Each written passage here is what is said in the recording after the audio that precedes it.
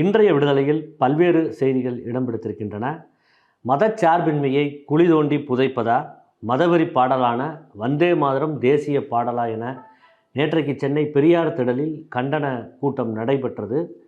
வந்தே மாதரம் பாடலை கட்டாயப்படுத்துவதா, இஸ்லாமியர்கள் மனம் புண்படாதா, அவர்கள் இந்த நாட்டு மக்கள் இல்லையா, இந்தியாவில் அவர்கள் ஓட்டு போடவில்லையா, இந்திய அரசு இஸ்லாமிய நாடுகளுடன் ஒப்பந்தம் போடுகிறீர்களே, அந்த நாடுகள் உடனான வெளியுறவுகள் என்ன ஆவது என்று அரசிற்கு அடுக்கடுக்கான கேள்வியை எழுப்பி ஒன்றிய அரசை கண்டித்து திராவிடர் கழக தலைவர் ஆசிரியர் கி. வீரமணி அவர்கள் உரையாற்றியிருக்கிறார்.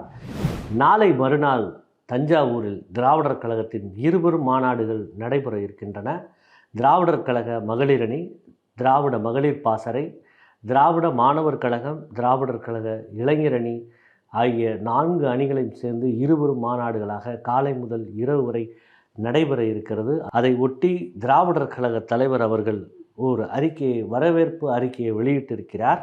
நாட்டின் மத கலவரங்களை அவ்வப்போது உருவாக்கிட பிஜேபியும் இந்துத்துவ கும்பல்களும் பல்வேறு தகிடத்தக்கங்களை செய்து கொண்டிருக்கின்றன. அந்த வகையில்தான் இன்றைக்கு விடுதலை தலையங்கத்தில் பிஜேபியின் மதமாற்றம் என்ற தில்லுமுள்ளு என்ற ஒரு தலையங்கம் வெளிவந்திருக்கிறது.